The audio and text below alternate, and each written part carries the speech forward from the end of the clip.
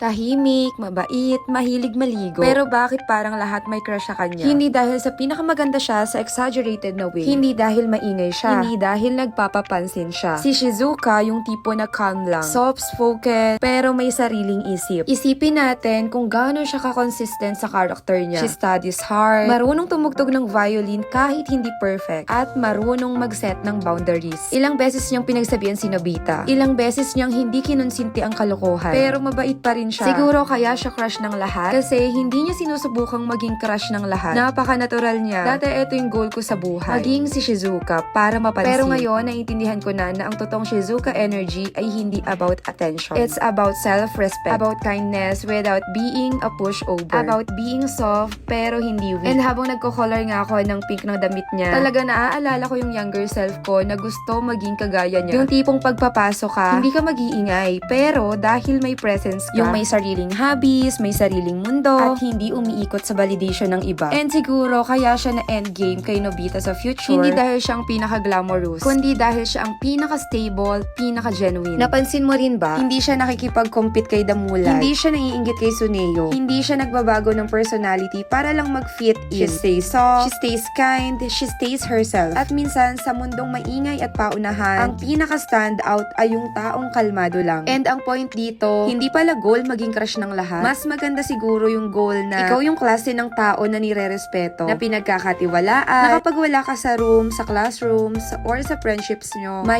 impact pa rin. Hinahanap-hanap ka. Shizuka taught us that being kind is powerful, being feminine is strength, and being yourself, timeless. Parang ang sarap i-caption yung Shizuka era. Yung era na hindi ka naghahabol, hindi ka nagpapatunay, hindi ka nagpapaka-loud para lang makita. You just show up, you grow, you glow quietly. And kung may nagkakagusto sa atin, okay, sabay pliff ng buhok. And kung wala naman, okay pa rin. Kasi diba, yun yung tunay na Shizuka energy. Hindi hinahabol ang spotlight. Dahil siya yung spotlight.